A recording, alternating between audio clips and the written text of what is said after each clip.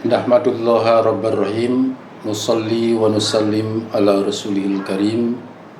Ashhadu an la ilaha illallah war-Rahmanir Rahim, wa ashhadu anna Muhammadan abduhu wa rasuluhu min akhiril anbiya wal mursalin.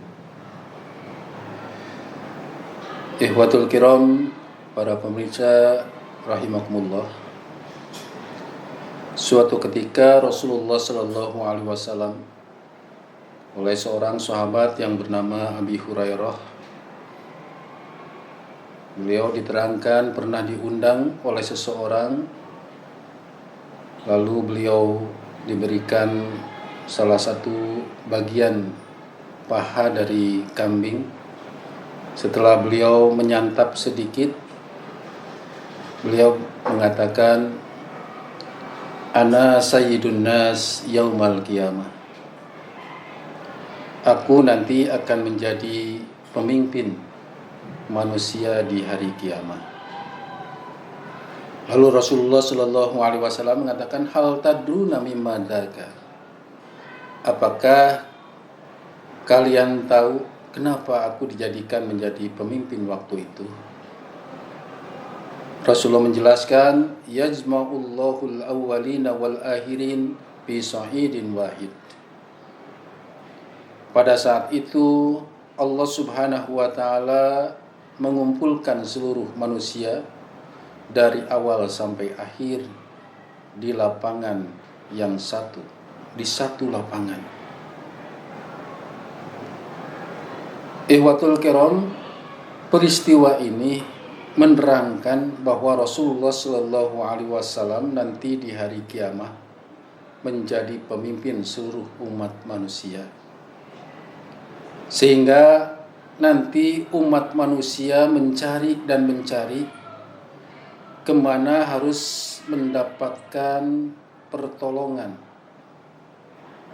Karena waktu itu dalam hadis tersebut, tadnu minhumus sab, didekatkan kepada mereka matahari. Sehingga keadaan manusia dalam susah payah dan kebingungan. La yutikuna wa la yahtamiluna. Hampir-hampir mereka tidak mampu untuk memikulnya. Pada saat itu terjadilah keadaan manusia kebingungan mencari seorang penolong. Maka di antara manusia waktu itu ada yang mengatakan, ala tangduru mayyasfalakum ila rabbikum. Apakah kalian tidak berpikir ada orang yang bisa memberikan pertolongan untuk kita semua kepada Allah? Maka sebagian manusia mengatakan, fayaqulu ba'dun nas abukum Adam. Sebagian manusia mengatakan, kita pergi ke bapak kalian, yakni Adam. Pada hari itu, seluruh umat manusia mencari Abul Bashar atau bapaknya manusia, yakni Adam alaihissalam. Sesampainya kepada Adam, mereka menyampaikan keluhan apa yang mereka rasakan dengan kalimat, ya Adam, anta Abul Bashar, khalaqakallahu biyadihi wa nafaha fika min ruhihi wa amaral malaika fasajadu lak wa askanka jannata ala tasfalana ila rabbik. Wahai Adam, engkau adalah bapaknya seluruh manusia. Engkau diciptakan oleh Allah dengan kekuasaannya dan ditiupkan kepadamu dari ruhnya dan diperintahkan kepadamu para malaikat untuk senantiasa sujud, dan engkau juga ditempatkan di surganya. Mohon syafaatlah untuk kami kepada Rabbmu. Ala taro ila ma nahnu fi. apakah engkau tidak memperhatikan bagaimana keadaan kami ini? Itu kata umat manusia ketika itu. Bagaimana respon Adam alaihissalam ketika melihat umat manusia sebagai seorang bapaknya manusia? Nabi Adam ketika itu mengatakan, Inna rabbi ghadibal yawma ghadaban lam yaghdab mislahu qablahu. Sesungguhnya Allah pada saat ini sedang marah yang belum pernah Allah subhanahu wa ta'ala marah sebelum atau sesudahnya. Wa innahu nahani anis sajarah, karena dulu aku pernah dilarang untuk mendekati pohon. Fa'asaitu, tapi aku melanggarnya. Nafsi, nafsi, oh diriku, oh diriku. Itulah jawaban Nabi Adam. Artinya pada saat itu Nabi Adam alaihissalam merasa Allah sedang marah kepadanya.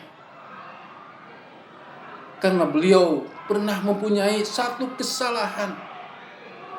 Melanggar ketentuan Allah. Yang Allah larang itu mendekati satu pohon, tapi Nabi Adam malah melanggarnya. Itu yang membuat Nabi Adam tidak mampu untuk menyampaikan keluhan umat manusia kepada Allah subhanahu wa ta'ala, karena merasa Allah subhanahu wa ta'ala sedang marah pada hari itu. Idhabu ila ghairi, silahkan cari kepada yang lain, kata Nabi Adam. Idhabu ila Nuh, carilah kepada Nabi Nuh. Coba cari Nabi Nuh, datangi Nabi Nuh. Besar harapan kalian akan mendapat pertolongan dari Nabi Nuh. Maka umat manusia pada saat itu mencari Nabi Nuh. Sesampainya berhadapan dengan Nabi Nuh, sama keluhan yang disampaikan kepada Adam disampaikan kepada Nabi Nuh. Dengan kalimat, Ya Nuh, anta awalur rusul ila ahlil ard. Engkau adalah Rasul pertama di muka bumi. Ala tasfa'lana ila rabbik. Mohon supaya memberi pertolongan kepada kami, kepada Allah subhanahu wa ta'ala, untuk kami semua. Tapi ternyata Nabi Nuh pun merasa Allah subhanahu wa ta'ala sedang marah kepadanya pada saat itu. Dengan kalimat hampir sama alasannya dengan Nabi Adam, cuma penyebabnya yang lain. Dengan kalimat, Inna Rabbi ghadabal yaum ghadaban lam yaghdab qablahu mislahu. Wa innahu qad kanat li da'wah da'autu biha ala qaumi. Karena sesungguhnya aku dulu pernah mendoakan kaumku dengan doa yang tidak pantas rasanya aku panjatkan kepada Allah. Perlu diketahui bahwa Nabi Nuh alaihissalam merupakan Rasul pertama di muka bumi. Bahkan beliau diberi umur menurut Al-Quran 1000 kurang 50 tahun atau 950 tahun. Dan dalam jangka umur 950 tahun yang beriman kepada beliau hanya belasan orang. Sampai-sampai anaknya, sebagian anaknya sendiri, bahkan istrinya tidak mau mengikuti jejak Nabi Nuh alaihissalam. Oleh karena itu wajar jika Nabi Nuh berdoa kepada Allah yang tertera dalam Quran surat Nuh dengan kalimat, Ya Allah, jangan engkau sisakan, la tadhar alal ardi minal kafirina dayyara. Ya Allah, jangan engkau sisakan umat manusia yang ada di muka bumi ini seorang pun dari orang-orang yang kafir. Habisi mereka semua, karena kalau disisakan nanti akan melahirkan generasi-generasi yang kufur juga. Nah, doa inilah yang dianggap oleh Nabi Nuh merasa bersalah karena telah berdoa untuk membinasakan, memusnahkan semua manusia yang menentang kepada Allah subhanahu wa ta'ala. Oleh karena itu Nabi Nuh mengatakan, Diriku, oh diriku, diriku, oh diriku. Maksudnya, aku telah berdosa, aku telah berdosa, aku telah berdosa. Memanjatkan kepada Allah. Doa model begitu. Maka kata Nabi Nuh, idhabu ila ghairihi. Silahkan cari kepada yang lain. Idhabu ila Ibrahim. Silahkan temui Ibrahim. Ihwatul kiram rahimakumullah. Maka umat manusia pada saat itu menemui Ibrahim dan menyampaikan keluhan yang sama seperti yang disampaikan kepada Adam ataupun Nabi Nuh alaihissalam.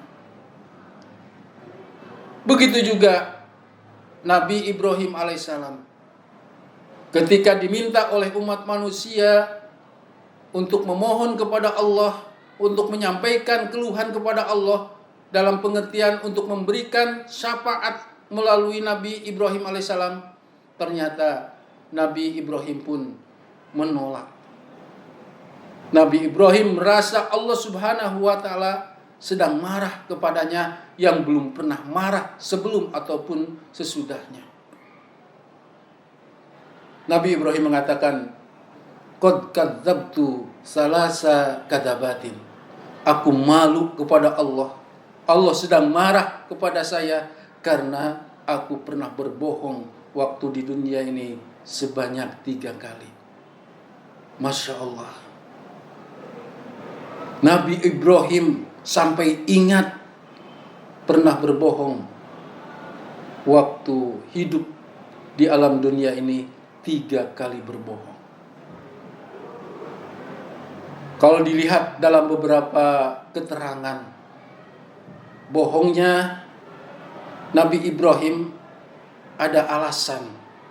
Pertama adalah alasan dakwah supaya dimengerti oleh musuh. Dan yang kedua diantaranya menyelamatkan jiwanya dan menyelamatkan istrinya, keluarganya. Yang pertama, bohongnya Nabi Ibrahim ketika beliau bersama Ibu Sarah di tengah perjalanan sedang berdua, ada raja yang menangkapnya. Raja tersebut, penguasa tersebut senang kepada istri yang cantik. Ketika Ibrahim ditanya, siapakah ini? Maksudnya siapakah yang bersamamu? Kalau dijawab istrinya, maka Nabi Ibrahim dibunuh, istrinya dibawa. Maka tidak ada alasan untuk menyelamatkan jiwanya. Dia menjawab, hiya ukhti, dia adalah saudariku. Maka Nabi Ibrahim dilepaskan, Ibu Sarah dibawa oleh raja, yang pada akhirnya oleh Allah diberi pertolongan kepada Ibu Sarah juga. Itu yang pertama. Yang kedua, ketika Ibrahim mematahkan, menghancurkan berhala. Ketika ditanya, anta fa'alta hadza li alihatina ya Ibrahim, apakah engkau yang telah menghancurkan ilah-ilah kami? Nabi Ibrahim menjawab, bal fa'alu kabiruhum hadza. Mungkin yang lebih besar yang telah menghancurkannya, padahal dia yang telah menghancurkan itu. Itu bohong. Yang kedua. Yang ketiga, ketika diajak oleh ayahnya untuk menyembah berhala, beliau mengatakan, inni sakim, saya sedang panas dingin, saya sedang sakit. Itu bohong yang ketiga. Dan diakui oleh Nabi Ibrahim alaihissalam itu merupakan sebuah kebohongan. Sehingga menganggap bahwa Allah Subhanahu wa ta'ala pada hari itu sedang marah kepadanya. Idhabu ila ghairihi, idhabu ila Musa, kata Ibrahim. Silahkan cari yang lain, pergi coba ke Musa alaihissalam. Datang kepada Nabi Musa, sama halnya Nabi Musa pun menolak. Karena merasa Allah Subhanahu wa ta'ala sedang marah yang belum pernah marah seperti itu. Apa alasannya? Nabi Musa pernah membunuh seseorang yang tidak Allah perintahkan kepadanya. Kalau dalam sejarah, Nabi Musa pernah mau membunuh ketika ada dua golongan dari golongan Qibtiyah, golongan Fir'aun atau Bani Fir'aun dengan golongan Bani Israel sedang berkelahi, lalu oleh Nabi Musa dilerai karena merasa sedang berkuasa. Kaum Qibtiyah, kaum Bani Fir'aun melawan dan oleh Nabi Musa ditampar dan mati ketika itu. Itu merupakan sebuah kesalahan yang dianggap oleh Nabi Musa merupakan dosa yang pernah ia lakukan, tidak Allah perintahkan untuk membunuhnya. Maka kata Nabi Musa, idhabu ila ghairihi idhabu ila Isa. Umat manusia ketika itu akan mendatangi Nabi Isa alaihissalam, tapi ternyata Nabi Isa pun menolak untuk menyampaikan keluhan kepada Allah Subhanahu wa taala, memberi pertolongan. Sekalipun dalam hadis tersebut tidak disebutkan apa kesalahannya. Maka kata Nabi Isa, idhabu ila ghairihi idhabu ila Muhammad. Pergilah kepada Nabi Muhammad.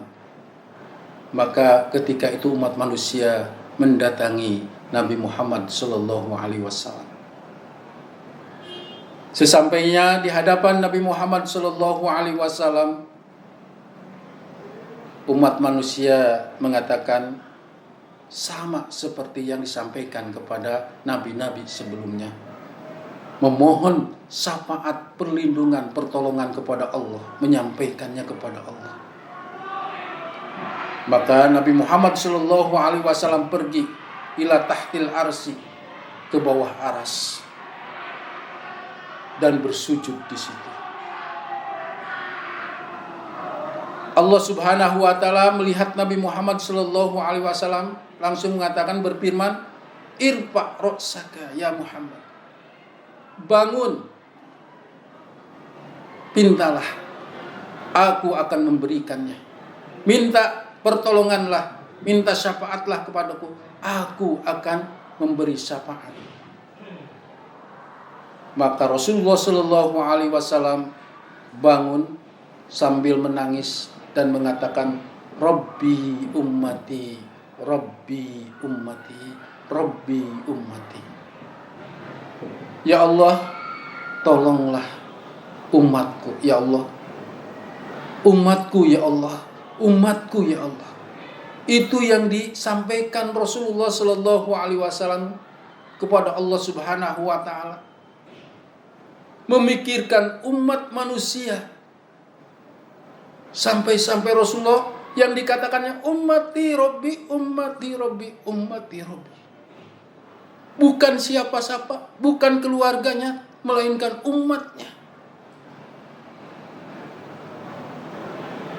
Maka pantas para sahabat, kecintaan para sahabat terhadap Rasulullah sallallahu alaihi wasallam luar biasa.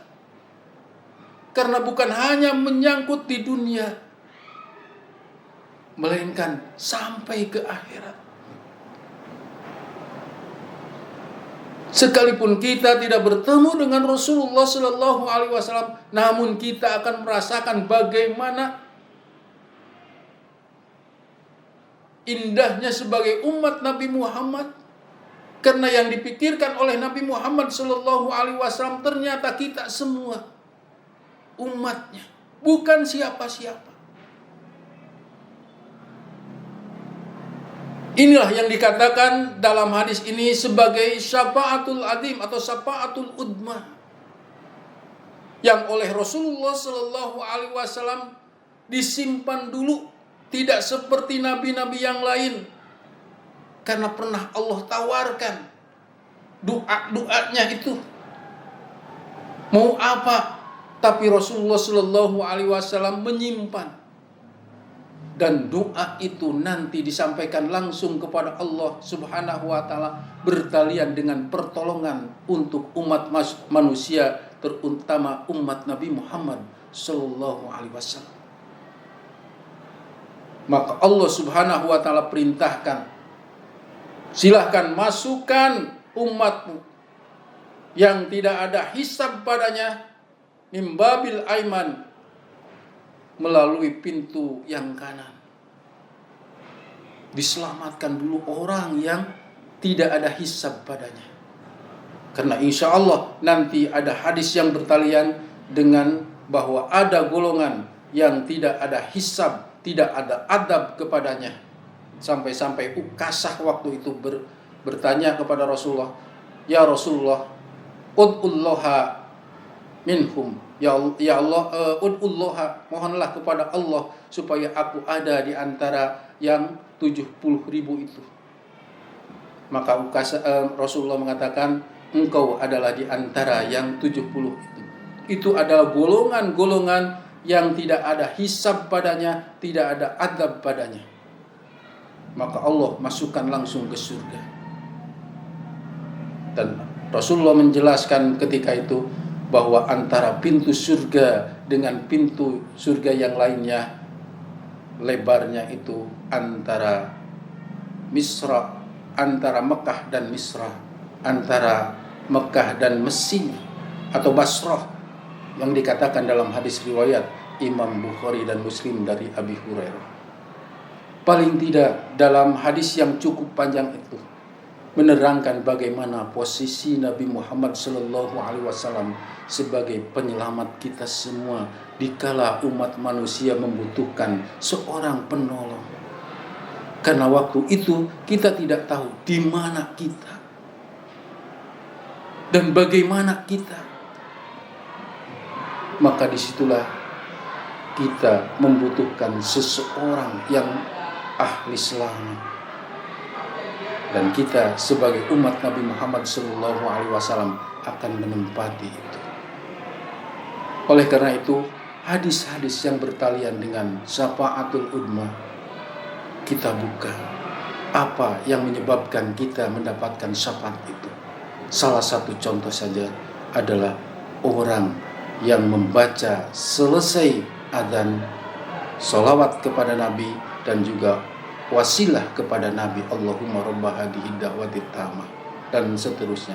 Halat lahu syafaati yaumal qiyamah. Mudah-mudahan kita semua juga mendapat syafaat dari Rasulullah SAW. Mungkin itu saja yang bisa saya sampaikan pada kesempatan hari ini. Mudah-mudahan apa yang barusan saya sampaikan bermanfaat untuk kita semua. Wassalamualaikum warahmatullahi wabarakatuh.